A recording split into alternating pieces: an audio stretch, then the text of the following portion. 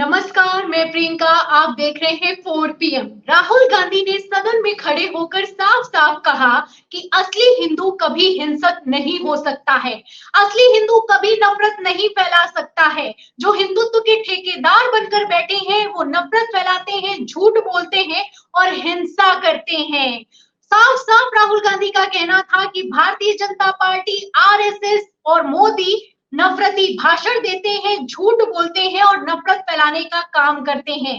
लेकिन इन सब के बावजूद एजेंडा सेट किया जा रहा है कि राहुल गांधी ने पूरे हिंदू समाज को हिंसक कहा है। आपको बता दें कि बवाल तो इतना तगड़ा खड़ा किया जा रहा है कि बजरंग दल के गुंडे सड़कों पर उतर गए हैं, पत्थरबाजी की जा रही है, कांग्रेस दफ्तर में घुस गए हैं।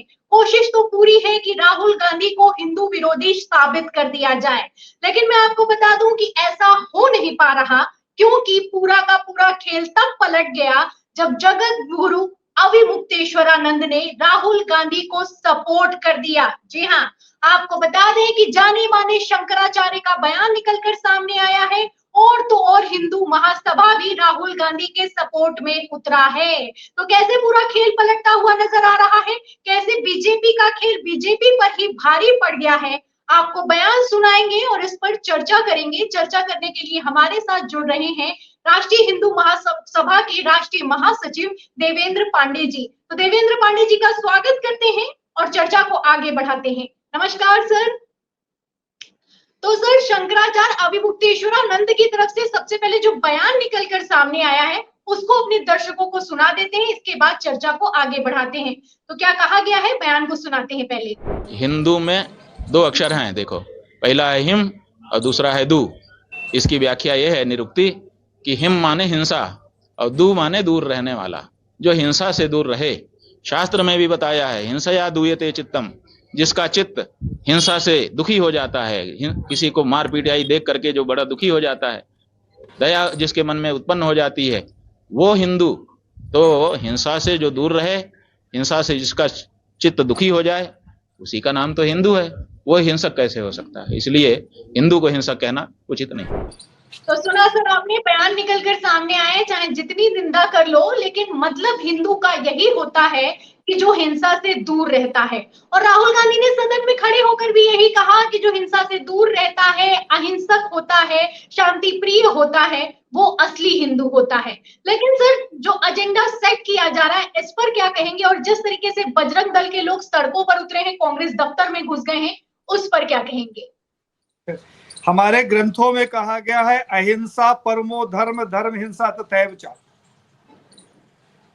अहिंसा हमारा परम धर्म है, लेकिन धर्म की रक्षा के लिए अगर हिंसा करना पड़े तो वो जायज है।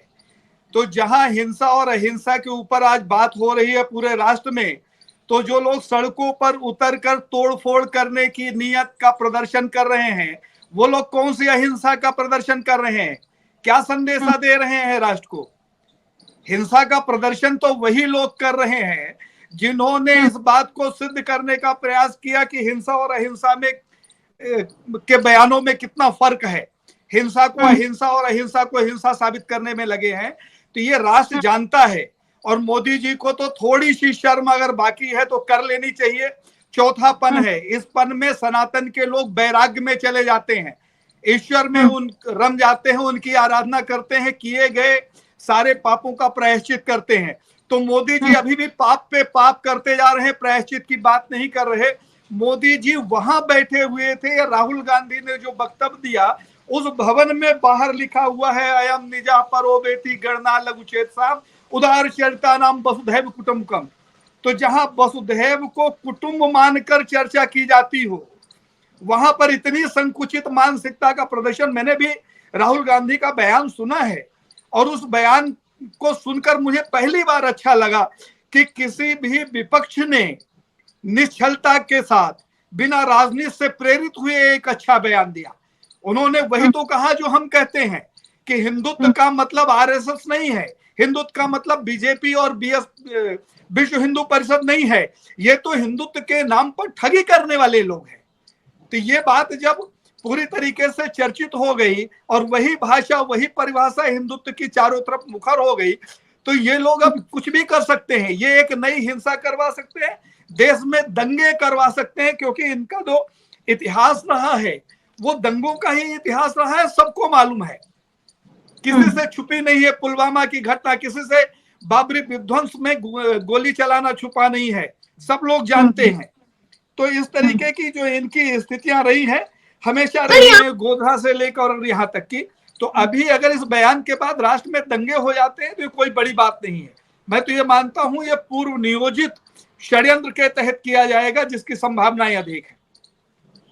साफ साफ सर राहुल गांधी का कहना था, और प्रधानमंत्री नरेंद्र मोदी ने भी सदन में खड़े होकर जब ये कहा कि पूरे हिंदू समाज को हिंसक कहना बड़े चिंता का विषय है, इस पर राहुल गांधी ने तुरंत जवाब देते हुए कहा भी था कि पूरा हिंदू समाज सिर्फ हिंदू, आरएसएस और मोदी नहीं है, लेकिन फिर भी एजेंडा सेट किया जा रहा है।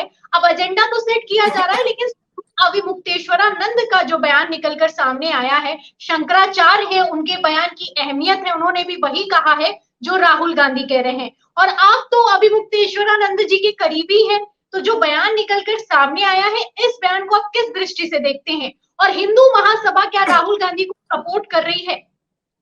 एक बहुत सीधी सीधी सी बात है, हमारा ये सनातन धर्म है, सनातनी राष्ट्र है, और इस सनातनी राष्ट्र में 4 शंकराचार्य हैं, और 4 शंकराचार्य के साथ 5 आचार्य हैं, जो संपूर्ण राष्ट्र का संचालन धर्म के आधार पर और नीति के आधार पर करते हैं। तो शंकराचार्य जी ने जो बयान दिया है वो कहीं किसी भी पार्टी से या पूर्वाग्रह से ग्रसित नहीं है, वो राष्ट्र की आत्मा के करीब का बयान है, राष्ट्र की मर्यादा के करीब का बयान है। अगर हमने मोदी को मोदी कहा तो मोदी के आगे हमारे बयान में माँ शब्द नहीं जोड़ देना चाहिए, और उस माँ की परिभाषा अलग अलग शब्दों में व्याख्या नहीं करनी चाहिए।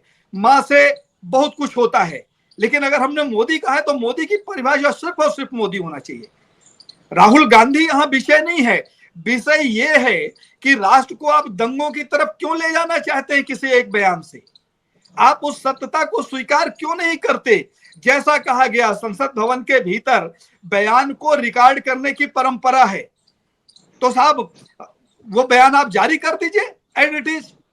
अभी जो कल पेश चलाया जा रहा है, सबसे बड़ी बात यह है कि बयान को भी काट दिया गया, जहां पर राहुल गांधी ने साफ साफ कहा है कि बीजेपी आरएसएस का मतलब पूरा हिंदू समाज नहीं है, उस बयान को भी काट दिया गया, जवाब को भी काट दिया गया। अब इससे तो समझ में आ रहा है कि क्या खेल चल रहा है। आपका कहना है कि दंगे करवाने की साजिश है, क्योंकि इनको अल्पमत भी आया है। दावा तो ये भी किया जा रहा है कि मोदी सरकार गिरने वाली है, मोदी सरकार के पास बहुमत नहीं है, एनडीए में खींचतान मची हुई है। तो क्या ऐसे हालातों में सर स्थिति बिगड़ने वाली है? आपको क्या लगता है? क्योंकि जिस तरीके से पत्थरबाजी की जा रही है, जिस तरीके से लोग कांग्रेस दफ्तर में घुस जा रहे हैं, कांग्रेस के कार्यकर्ताओं और नेताओं को डरा रहे हैं, ये अपने आप में बड़ी बात है। क्या कहेंगे सर? दंगे ही इनकी शक्ति है, और सत्ता की साधना का जो मार्ग है इनका, वो दंगों से ही जाता है। आप सबको मालूम है, जवाहरलाल नेहरू को इन्होंने जब ये प्रधानमंत्री बनने के रास्ते पे थे तो सोशल मीडिया के माध्यम से मुस्लिम घोषित किया गया और गयासुद्दीन गाजी का पोता बताया गया। ये घटना शुरू होती है, एक रोमिंग जर्नलिस्ट नाम का पेज बनाया गया दिल्ली में, जिसमें एक पत्रकार ने इस बात को लिखा, और उस पत्रकार ने इसके सबूत के आधार पर लिखा कि जम्मू कश्मीर के एक लाइब्रेरी में 10-20 पेज की एक किताब रखी हुई है जिसमें ये बात लिखी है। इसके अलावा इनके पास कहीं संपूर्ण भारत में कोई प्रमाण नहीं। हम 10 मिनट के लिए मान लेते हैं कि जवाहरलाल नेहरू मुस्लिम परिवार से थे, हिंदू नहीं थे या ब्राह्मण नहीं थे, हम मान लेते हैं, इनकी भाषा हम बोलते हैं। तो साहब अगर कोई भी मुस्लिम हिंदू धर्म को स्वीकार करके उसके वैवाहिक कार्यक्रम से लेकर उसका अंतिम संस्कार तक हिंदू रीति रिवाज से किया जाता है, फिर नफरत की बात कहां से पैदा होती है? अर्थात इनका ऑब्जेक्ट कुछ भी नहीं है, सिर्फ नफरत फैलाना है, और उस नफरत फैलाने के लिए ये कुछ भी करते हैं, कहीं भी जा सकते हैं। कैसी बातें कर रहे हैं सर? आप कह रहे हैं वो लोग नफरत फैलाते हैं, और प्रधानमंत्री नरेंद्र मोदी कह रहे हैं कि वो बायोलॉजिकल नहीं है, वो तो परमात्मा का स्वरूप है। राहुल गांधी ने भी कहा कि परमात्मा का स्वरूप है प्रधानमंत्री नरेंद्र मोदी, उनका तो डायरेक्ट कनेक्शन होता है। तो आप क्या कहें, खुद को परमात्मा का स्वरूप बताने लगे एक प्रधानमंत्री खुद अपने बयान में कहे कि वो बायोलॉजिकल नहीं है, इस पर क्या कहेंगे सर आप? एक छोटा सा चुटकुल्ला बता दूं।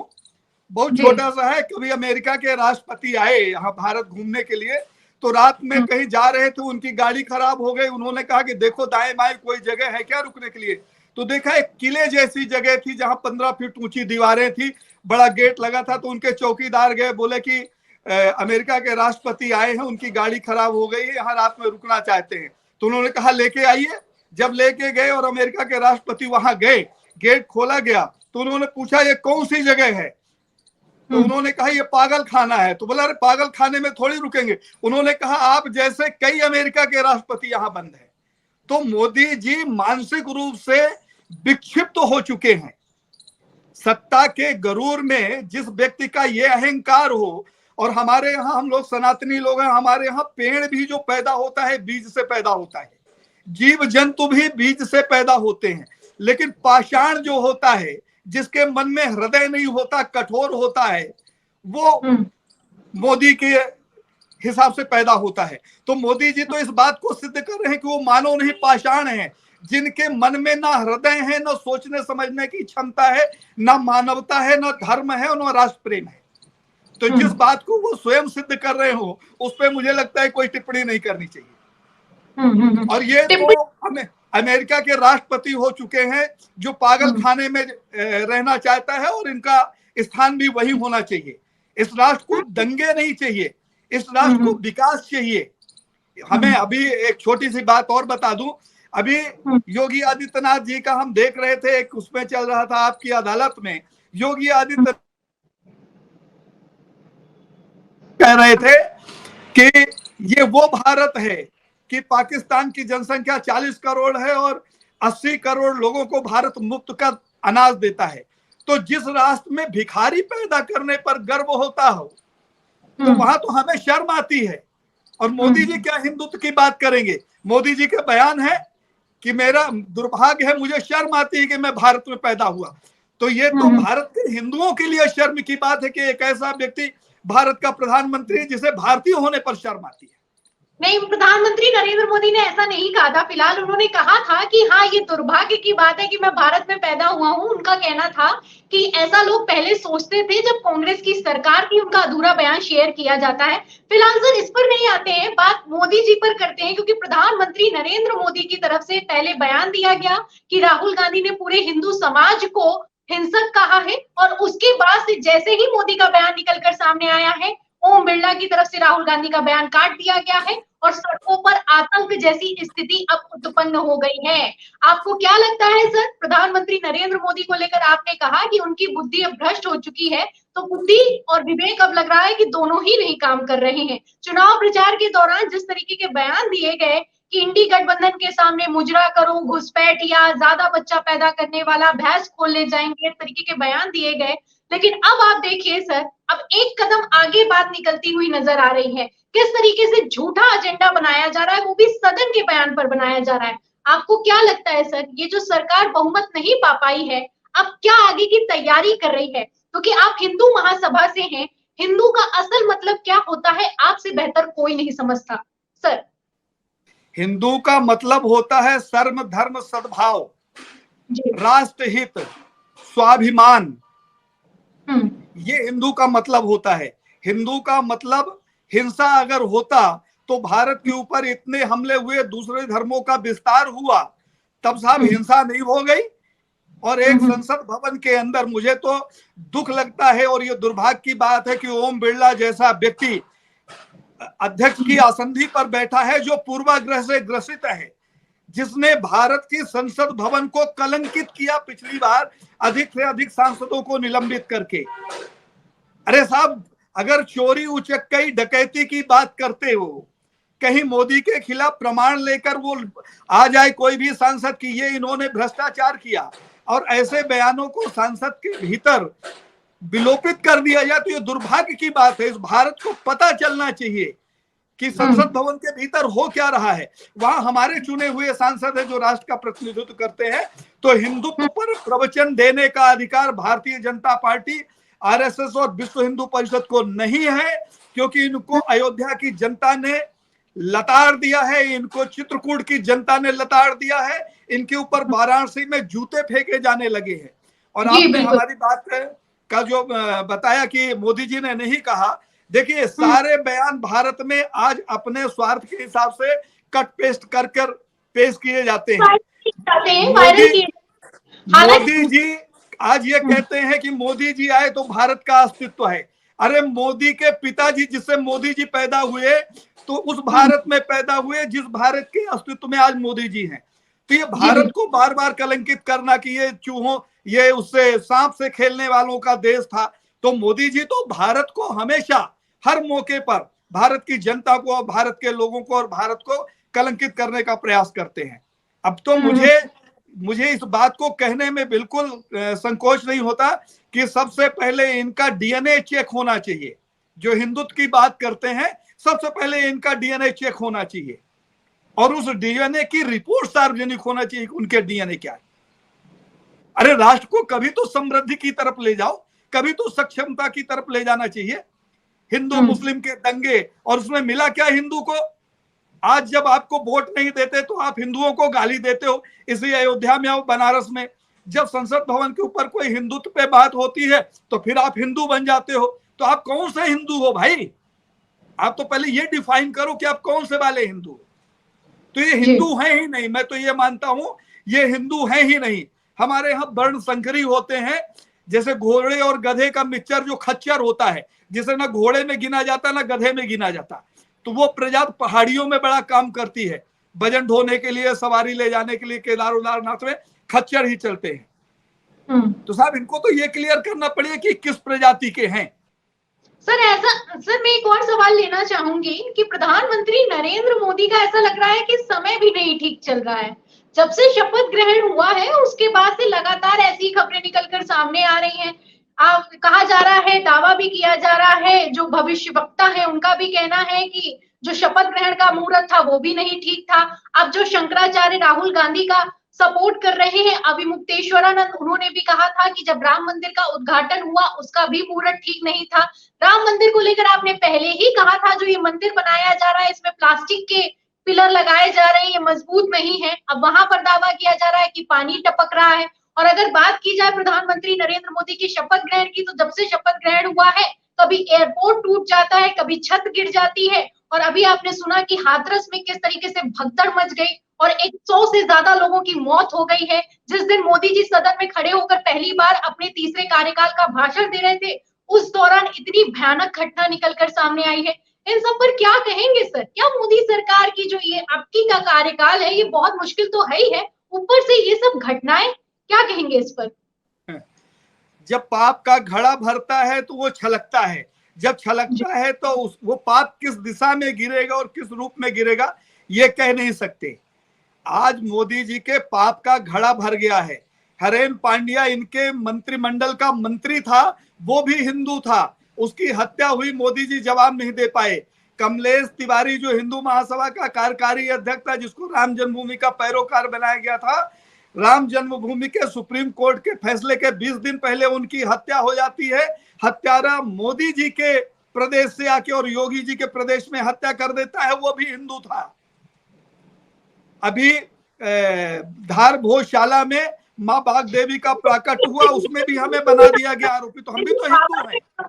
सर ये जो मेन सवाल ये उठता है सर, ये हिंदुत्व के नाम पर, ये बाबा के नाम पर, भोले बाबा के नाम पर ये जो ढोंग किया जा रहा है और इस ढोंग की प्रॉपर व्यवस्था तक नहीं की गई। आप डबल इंजन की सरकार की बात करते हैं, वहां पर भगदड़ मच जाती है, इतने लोग वहां पर मौजूद थे, क्या पुलिस की व्यवस्था थी? 100 से ज्यादा लोगों की मौत हो गई। अब सर इस तस्वीर पर क्या कहेंगे जो ठेकेदार बने बैठे हुए हैं? एक तरीके से देखा जाए राहुल गांधी ने एक तरफ भाषण दिया है, दूसरी तरफ उनका ये भाषण सच साबित होता हुआ नजर आ रहा है। उनका कहना है कि जो हिंदुत्व का ठेकेदार होता है वो ये सब कर ही नहीं सकता है। क्या कहेंगे सर इन तस्वीरों पर?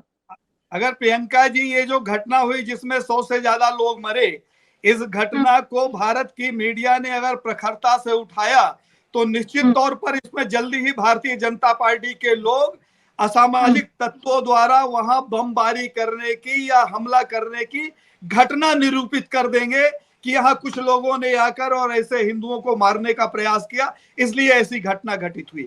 ये तो देखिए, जब मन दूषित हो जाता है, कलंकित हो जाता है, मन में पाप पनपते हैं, तो उस मन में सिर्फ पाप और षड्यंत्र ही पनपता है।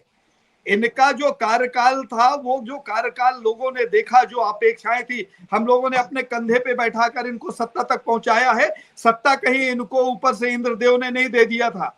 ये अपने आप को बायोलॉजिकल कहते हैं, लेकिन सत्ता तो भारत की जनता ने दी, और भारत की उस जनता ने दिया जिसे आप हिंदू कहते हैं। बहुसंख्यक लोग वही थे जिन्होंने इनको कंधे पे बैठाया, और आज उसी हिंदू के नाम पर संसद भवन के भीतर, संसद भवन के बाहर, अयोध्या में, चित्रकूट में, काशी में, हर जगह जब अपमान करना होता है तो अपमान करते हो, और जब दंगे फैलाना होता है फिर हिंदू हिंदू करने लगते हो। तो इन लोगों की पोल खुल चुकी है प्रियंका जी, और मुझे लगता है भारत की जनता को निश्चल मन से इस बात का आंकलन करना चाहिए कि इनकी कथनी और करनी में कितना फर्क है। किसी भी तोड़े मरोड़े बयान के आधार पर दंगे की तरफ इस राष्ट्र को नहीं बढ़ना चाहिए। राष्ट्र का निर्माण बड़ी मुश्किल से होता है, राष्ट्र बलिदान मांगता है। इस राष्ट्र को बनाने के लिए हजारों लोगों ने अपनी कुर्बानियां दी है, और ये मिनटों में दंगे फैलाकर हजारों करोड़ रुपए की संपत्ति को नष्ट और भ्रष्ट कर देते हैं सत्ता में बने रहने के लिए। तो मैं भारत की जनता से अपील करूंगा, शंकराचार्य जी एक जिम्मेवार पद है, इससे बड़ा हमारे धर्म में कोई पद नहीं है। शंकराचार्य जी किसी राजनीति से प्रेरित नहीं है। जब हम लोगों ने गोवर्धन जी से यात्रा शुरू की पैदल, तो शंकराचार्य जी ने कांग्रेस को भी संदेशा दिया था कि आप आइए और घोषणा करिए कि हम गौ हत्या रोकेंगे, हम आपका समर्थन करते हैं। उन्होंने भारतीय जनता पार्टी से भी संवाद किया था। तो साहब तब तो इनको साफ सूख गया था धर्म की रक्षा करने के लिए, और आज ये धर्म की बात करते हैं, हिंदुत्व की बात करते हैं। को न्योता नहीं दिया, वो चिल्ला चिल्ला कर कहते रहे कि मुहूर्त ठीक नहीं है, न्योता नहीं दिया गया, और आप जानते हैं कि किस तरीके के सवाल खड़े किए गए। अब आप देखिए सर कि किस तरीके से अयोध्या में भी हार गए, और वो भी बुरी तरीके से हार गए। ये सबसे बड़ा तमाचा है मोदी सरकार पर। और फिर भी आप देखिए अभी भी हिंदू मुस्लिम इस तरीके के बयान दिए जा रहे हैं, और इस तरीके से राहुल गांधी के खिलाफ एजेंडा सेट किया जा रहा है। नेता प्रतिपक्ष बने हैं, इंडिया गठबंधन अगर मजबूत है, विपक्ष थोड़ा मजबूत है, अगर एक बयान दिया है, पहली बार बोला है, तो भारतीय जनता पार्टी को वो तक हजम नहीं हो रहा है। क्या कहेंगे सर? राहुल गांधी पर कार्रवाई की भी मांग करी जा रही है। बिग ब्रेकिंग चला रहा है गोदी मीडिया की हो सकता है कि राहुल गांधी की सांसदी चली जाए, दावे किए जा रहे हैं कि हो सकता है कि राहुल गांधी जेल चले जाएं। अब इस तरीके की जो इस शिगुफे छोड़े जाते हैं, कौन अंदर से उनको प्लांट कर रहा है, समझने वाले तो समझते हैं सर। ये बगुला भगत हैं। देखिए, राष्ट्र को जब तक अपोजिशन मजबूत नहीं होगा, तब तक इस देश की जनता की बात संसद भवन में मजबूती से नहीं उठ सकती। ये प्रजातांत्रिक राष्ट्र है, और अगर राहुल गांधी हो या उनकी जगह कोई दूसरा भी अपोजिशन का लीडर होता भी, तो 10 साल इनको गूंगा अपोजिशन मिला। अपोजिशन की लीडरशिप न होने की वजह से इन्होंने मनमानी की। आज इस राष्ट्र के लिए प्रसन्नता की बात है कि हमारा अपोजिशन मजबूत हुआ है, जो हिंदुस्तान की बात को संसद भवन के भीतर पटल में मजबूती से रखेगा। लेकिन वही चेहरा संसद भवन के भीतर अध्यक्ष का, वही प्रधानमंत्री का चेहरा, वही गृह मंत्री का चेहरा, जिन्होंने पिछले सत्र में षड्यंत्र किया और किसी भी तरीके के प्रजातंत्र को जीवन नहीं दिया, इन्होंने उसे कुचलने का काम किया। तो अगर राहुल गांधी की संस्था फिर ये बर्खास्त कर देते हैं, तो इसमें आश्चर्य की बात क्या है? ये तो हमेशा से ये करते आए हैं, ये तो हमेशा से करते आए हैं। हमेशा बात होती है प्रियंका जी की इंदिरा गांधी के समय इमरजेंसी लगी थी, लेकिन वो घोषित थी, दिखती थी, उसके कारण थे। लेकिन आज तो उससे बड़ी इमरजेंसी लगी हुई है कि आप अपनी बात नहीं बोल सकते हो, आपकी सत्य बोली हुई बात को ये गलत साबित कर देते हैं। तो इमरजेंसी तो ये है जहां कोई भी व्यक्ति अपनी बात नहीं कर सकता, राष्ट्र हित की बात नहीं कर सकता, धर्म रक्षा की बात नहीं कर सकता, एका की और अखंडता की बात नहीं कर सकता। तो राष्ट्र की जनता इस बात को जान रही है प्रियंका जी। मुझे लगता है कि ये बीच सड़क पर शीर्षासन भी करें मोदी जी लोग आधी चड्डी पहनकर, तब भी इस राष्ट्र की जनता को अब भ्रम नहीं होगा। हाँ, इनके तनखैया लोग जिसको 200-500 रुपए देकर सोशल मीडिया चलवाते हैं, बजरंग दल जिसको इन्होंने कभी गौ हत्यारा कहा था, इन्हीं मोदी जी ने, कि ये जो गाय तस्करी सबसे ज्यादा ये लोग करते हैं, आज उनका हिंदुत्व जाग गया, आज रोडों में नाचने लगे। अरे ये बेशर्म लोग हैं, इनको शर्म आनी चाहिए। हिंदुत्व की परिभाषा पहले जान लें कि हिंदुत्व है क्या। हिंदुत्व की परिभाषा इस राष्ट्र में मोदी तय करेंगे। मोदी कौन है? जो व्यक्ति खुद डाउटफुल हो, जिसने हिंदुओं की हत्या करवाई हो, वो हमारे हिंदू धर्म का ठेकेदार हो गया। और यही बात संसद भवन के भीतर राहुल जी ने कही है। मैंने सुना है कि हिंदुत्व का मतलब आरएसएस नहीं होता, बीजेपी नहीं होता, विश्व हिंदू परिषद नहीं होता, और ये लोग हिंदुत्व के नाम पर दंगे करवाते हैं। मुझे लगता है कि उन्होंने एक भी गलत बात नहीं कही, सही बात कही और दमदारी से कही। ये बात तो हम लोग हमेशा कहते आए। और मुझे तो इस बात की प्रसन्नता है कि जो बात अभी तक हम अकेले कहते थे, उस बात को संसद भवन के अंदर बल मिला है, और शंकराचार्य जी की कही हुई बात का हम लोग समर्थन करते हैं। हिंदुत्व का कार्ड है, वो भी अब फेल होता हुआ नजर आ रहा है। जब आप अयोध्या हार जाएं और वाराणसी में भी जो जीत का अंतर दावा तो किया जाए कि 10 लाख के अंतर से जीतेंगे, लेकिन आप देख सकते हैं कि हालत क्या हो चुकी है। ऐसे हालातों में भी मोदी सरकार अभी भी अहंकार में चूर दिखाई दे रही है। प्रधानमंत्री नरेंद्र मोदी की तरफ से जिस तरीके से बयान दिए जा रहे हैं, वो अपने आप में आप समझिए कि नीट का पेपर लीक हो रहा है, लोगों को रोजगार मिल नहीं रहा है, और बेरोजगारी इतनी ज्यादा है कि युवा हर चौथा बेरोजगार घूम रहा है। महंगाई अपने चरम पर है, सिलेंडर के दाम आपने बढ़ा दिए, दूध के पैकेट के दाम आपने बढ़ा दिए। इन सब मुद्दों पर आपको चर्चा नहीं करनी, नीट पर आपको एक शब्द नहीं बोलना है, और दावा किया जाता है कि हिंदू खतरे में है और पूरे हिंदू समाज को हिंसक कह दिया है। हिंदू खतरे में इसलिए आ रहा है क्योंकि हिंदू के पास आज रोजगार नहीं है, हिंदू की थाली में आज रोटी नहीं है, और आप कहते हैं कि हमने मुफ्त में अनाज दे दिया। अब मुफ्त में अनाज देने की नौबत क्यों आई है, इस पर भी विचार करने की जरूरत है। सर, सबसे बड़ी बात तो ये है प्रियंका जी कि इनकी सरकार जा रही है, जाने की स्थिति पर है। बैसाखी पे खड़ा हुआ व्यक्ति अखाड़े में कुश्ती नहीं लड़ सकता, उसके पैर में कभी भी दर्द हो सकता है। व्यापम जैसा घोटाला हुआ मध्य प्रदेश में, जो मुख्यमंत्री थे यहाँ के शिवराज सिंह चौहान, आज वो केंद्र में कृषि मंत्री हैं, जिसमें सैकड़ों बच्चों की जान गई। नीट के पेपर लीक हुए, 6 पेपर लीक हुए, और ये एक बहुत बड़ा घोटाला है। एक परीक्षा में एक बच्चा हजारों रुपए की फीस जमा करता है, अरबों रुपया इकट्ठा होता है, और इन मौके पे आप उसके पेपर लीक कर देते हो, तो वो जो फीस जमा करता है या वो इंटरव्यू कैंसिल हो जाता है, तो वो पैसे कहाँ जाते हैं? सब इनके खाते में जाते हैं। तो ये लोग तो भ्रष्टाचार हर स्तर पर करते हैं, हर स्तर पर करते हैं। एक ऐसी बात मैं कह रहा हूं जो हो सकता है इस भारत में बहुत से लोगों को बुरी लगे, लेकिन सत्य है। भारत में अगर सत्ता का परिवर्तन हो जाए, भारत का प्रधानमंत्री ईमानदार हो जाए, देशभक्त हो जाए, वो स्वाभिमानी हो जाए, तो इस भारत में 4-5 लोगों को फांसी की सजा सुनिश्चित है, बस ईमानदार हो जाए। अगर पुलवामा में 40 सैनिक मारे गए और उसका जवाब गृह मंत्री और प्रधानमंत्री नहीं दे पा रहे हैं, तो ये फांसी के पात्र हैं। और अगर इस बात को सतपाल मलिक ने झूठ बोला, तो सतपाल मलिक भी फांसी के पात्र। नहीं सर, यहाँ पर खंडन करना चाहूंगी। इस तरह की वो नहीं बोल सकते हैं, सजा के पात्र हैं बोला जा सकता है। क्या करना है क्या नहीं करना है, ये न्यायालय का विषय है, जज साहब का विषय है, वो तय करेंगे। हाँ, कहा तो जाता है, इंडिया गठबंधन भी दावा करता है कि अगर ईडी सीबीआई हमारे हाथों में आ जाए तो मोदी शाह भी जेल जा सकते हैं, जैसे अरविंद केजरीवाल और हेमंत सोरेन को जेल में डाला गया था। आखिरी सवाल लूंगी सर आपसे, आपको क्या लगता है? एक सेकंड प्रियंका जी, कि एक बात बताइए, किसी भी भ्रष्टाचार पर अंकुश तब लगता है जब किसी भी भ्रष्टाचारी या अपराधी को सजा का भय हो, और अगर सजा का भय नहीं हो अपराधी को, तो प्रधानमंत्री जैसे शीर्ष पद पे बैठा हुआ कोई भी व्यक्ति हो, आज मोदी है कल दूसरा हो सकता है, और अगर इनको सजा नहीं मिली, जो भी सजा का पात्र है, तो इस तरीके की घटनाएं तो होती रहेंगी। मुझे लगता है कि फांसी से कम सजा तो होनी ही नहीं चाहिए, क्योंकि प्रधानमंत्री पद एक भारत का सबसे जिम्मेवार पद है, और सबसे जिम्मेवारी का पद अगर लापरवाही हो तो ये ठीक नहीं। पहले जांच होनी चाहिए, फिर सजा होनी चाहिए, और जो सजा होनी चाहिए वो न्यायालय तय करेगा। बिल्कुल न्यायालय तय करे, लेकिन हम मांग कर सकते हैं, ये हमारी भावनाएं हैं। जी जी, देश के प्रधानमंत्री हैं, तो इस तरह से बयान देना अपने आप में एक बड़ा विषय है। खैर सर, एक आखिरी सवाल मैं आपसे लेना चाहूंगी कि लगातार दावा किया जा रहा है इंडिया गठबंधन की तरफ से कि मोदी सरकार एक भूल भर कर दे, हम तख्ता पलट कर देंगे, इनके पास में बहुमत नहीं है।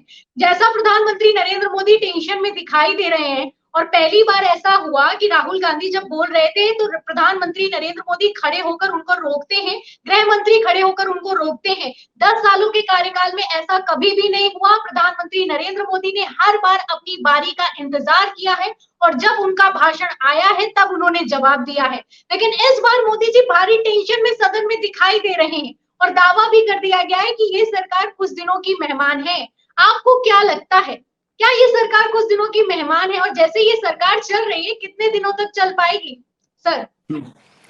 पूरी भारतीय जनता पार्टी के मंत्रिमंडल को और नेताओं को किसी मानसिक रोगी के जो डॉक्टर होते हैं उनसे सलाह लेना चाहिए कि अचानक इनकी मानसिक स्थितियां क्यों बिगड़ने लगी। देश का प्रधानमंत्री अगर इतना उतावला हो जाए तो ये चिंतन की बात है, ये छोटी बात नहीं है। उसको तो युद्ध भी झेलने पड़ते हैं, विदेश नीति भी झेलनी पड़ती है, घर के अंदर भारत के अंदर के उपद्रव भी झेलने पड़ते हैं, रोजगार से लेकर भूखमरी तक की सारी समस्याओं से जूझना पड़ता है। और अगर एक बयान में देश का प्रधानमंत्री विचलित हो जाए तो एक शक तो होता है कि कहीं ना कहीं मानसिक रूप से उनका संतुलन अब बिगड़ रहा है। तो मुझे लगता है कि सबसे पहले तो इनको अपना मानसिक चेकअप करवाना चाहिए, ये राष्ट्र हित में है। दूसरा जो सरकार की बात है, सरकार तो ये गिराते आए हैं, हमेशा दूसरों की सरकार गिराते आए हैं। पूर्ण बहुमत की सरकारों को इन्होंने बोली लगाकर खरीदा, जिसके सैकड़ों प्रमाण हैं। और आज जो लोकसभा के भीतर अगर भारत के जनता की निश्चल मानसिकता देखी जाए तो निश्चल मानसिकता ने वोट के आधार पर मोदी को प्रधानमंत्री नहीं चुना, भारतीय जनता पार्टी को पूर्ण बहुमत नहीं दिया। ये बात तो सिद्ध हो गई। लेकिन मोदी जी, लेकिन इनके साथ जो ईवीएम का प्लस था, मैंने पहले भी कहा था कि संभवतः 2 लाख वोटों की चीटिंग इस बार हुई है। तो इनके जितने सांसद जीते हैं उनके सबकी वोटिंग में 2 लाख वोट अगर माइनस कर दीजिए तो पता चल जाएगा कि इनकी स्थिति क्या है। पहले दिन से मैं चिल्ला रहा था कि वाराणसी में अगर निश्चल चुनाव हो जाए तो मोदी जी की जमानत जब्त हो जाएगी। तो ये कोई देवेंद्र पांडे भविष्यवाणी नहीं कर रहे थे। हमारे माता पिता हैं, मैंने उनसे जन्म लिया है, तो मैं कोई ईश्वर का अवतार नहीं हूं। लेकिन वहां की जनता का जो मानसिकता थी, वहां की जनता जो चाहती थी, वो हमने देखा। सरकार गिरेगी कि नहीं गिरेगी, सरकार को जो लोग बैसाखी में खड़ा किए हुए हैं, राष्ट्र के प्रति उनका चिंतन कितना गहरा है, ये मायने रखता है। और ये कैसे गिरेगी प्रियंका जी, जब 10 दिन के भीतर बिहार में 5 बड़े पुल धराशायी हो जाते हैं। इससे बड़ा भी कोई भ्रष्टाचार होता है? तो अगर एक भ्रष्टाचारी ने दूसरे भ्रष्टाचारी को मदद दे रखी है सरकार बनाने में, तो 2 भ्रष्टाचारियों के बीच का गठबंधन कैसे टूटेगा? मुझे तो थोड़ा सा ये काम कठिन लग रहा है, क्योंकि चोर चोर मौसेरे भाई एक कहावत है, ये आपस में रिश्ता बना लेते हैं। तो सरकार बनेगी, बचेगी, टूटेगी या दूसरे की बनेगी, ये तो मैं इसलिए नहीं जानता कि सांसद भवन हमारे लिए दूर है। कभी अगर वहां तक पहुंचा भी तो सांसद भवन के बाहर एक फोटो ही खिंचा पाऊंगा, क्योंकि हमारे चुनाव लड़ने की मानसिकता नहीं है। लेकिन जो भारत में हो रहा है वो अच्छा नहीं हो रहा प्रजातंत्र के लिए। जो जहर बोया जा रहा है, जिस तरीके के भारत को गृह युद्ध के भाड़ में झोंकने का यत्न किया जा रहा है, प्रजातंत्र को समाप्त किया जा रहा है, ये ठीक नहीं। ये भी खड़ा हो रहा है कि मान लीजिए अगर विपक्ष नहीं गिराएगा तो एनडीए के घटक दल ही सरकार गिरा देंगे, क्योंकि आपस में बहुत तगड़ी खींचतान है। और सीएम योगी आदित्यनाथ, आप वाराणसी में मौजूद हैं, अच्छे से समझते हैं कि किस तरीके से खींचतान चल रही है। योगी आदित्यनाथ को हटाने की साजिश चल रही है। अमित शाह और योगी आदित्यनाथ आमने सामने आ गए हैं। ये तो सीटें घट गई उत्तर प्रदेश की, वरना अब तक तो खेला हो गया होता। 400 पार अगर का दावा तो इसीलिए किया गया था। क्या कहेंगे सर इन सब बयानों पर, जिस तरीके से योगी आदित्यनाथ को साइड किया जा रहा है, उस पर क्या कहेंगे? एक शेर का बच्चा अपनी माँ से बिछड़कर भेड़ों के झुंड में चला गया तो उसे ये लगा कि मैं भी भेड़ हूं। लेकिन कुछ दिन बाद जब उसने शेर की दहाड़ सुनी तो उसके मुंह से भी दहाड़ निकल आई, तो उसे लगा अरे मैं भेड़ नहीं हूं, मैं तो शेर हूं। योगी आदित्यनाथ बहादुर व्यक्ति हैं, हिंदू महासभा की परंपरा से हैं, महंत दिग्विजयनाथ जी के शिष्य परंपरा से हैं, अवैधनाथ जी के शिष्य हैं, जिन्होंने इस राष्ट्र में धर्म को बचाने के लिए काम किया और हिंदू महासभा के ये कर्मठ सिपाही थे। तो मुझे लगता है कि योगी आदित्यनाथ जी का अगर स्वाभिमान जाग रहा है और इनको एहसास हो गया है कि वो ये नहीं है जो अब बन गए हैं, ये वो है जो थे कल तक, तो निश्चित तौर पर उन्हें चिंता करने की बात नहीं है। 7.5 करोड़ कार्यकर्ताओं के साथ देवेंद्र पांडे पहले व्यक्ति होंगे जो योगी आदित्यनाथ के साथ खड़े होंगे और योगी आदित्यनाथ की पूर्ण बहुमत की सरकार बनेगी। योगी आदित्यनाथ कोई इनकी कृपा पर जिंदा व्यक्ति नहीं है, गोरक्षनाथ पीठ के महंत हैं, स्वाभिमानी संत हैं। उसके पहले उनकी युवा वाहिनी चलती थी जो एक सेना के रूप में काम करती थी, लेकिन इन्होंने तो उनको कमजोर किया, उनकी युवा वाहिनी को भी खंडित करवा दिया। तो मुझे लगता है कि योगी आदित्यनाथ को इंतजार नहीं करना चाहिए, उन्हें तो घोषणा कर देना चाहिए कि भैया हमारा लहू पवित्र है, हम संत परंपरा से हम इस राष्ट्र को कलंकित होता नहीं देख सकते, इसलिए हम इनको छोड़ रहे हैं। और अगर वो ऐसा करते हैं तो उनका स्वागत है, अभिनंदन है। मैं अभी से आपके चैनल के माध्यम से हाथ जोड़कर उनका अभिवादन किए लेता हूँ। आप सर बोल रहे हैं, लोग कमेंट पर कमेंट कर रहे हैं कि जब पुल टूटता है और एयरपोर्ट की छत टूटती है तो सरकार भी टूट जाया करती है। ये वो सरकार है जो कि राम मंदिर तक के फंड तक में घोटाला कर सकती है, भ्रष्टाचार कर सकती है, तो कुछ भी कर सकती है। तो फिलहाल बहुत बहुत शुक्रिया सर, जो भी आपने हमें हिंदुओं के बारे में जो बयान दिया गया उसके बारे में स्पष्ट रूप से बताया। शंकराचार्य का जो सपोर्ट निकल कर सामने आया है उस पर भी अपनी राय रखी, और हिंदू महासभा में आप योगी आदित्यनाथ के करीबी हैं, तो जो आपने बताया वो भी अपने आप में काफी अहम है। तो बहुत बहुत शुक्रिया सर समय देने के लिए 4 PM को।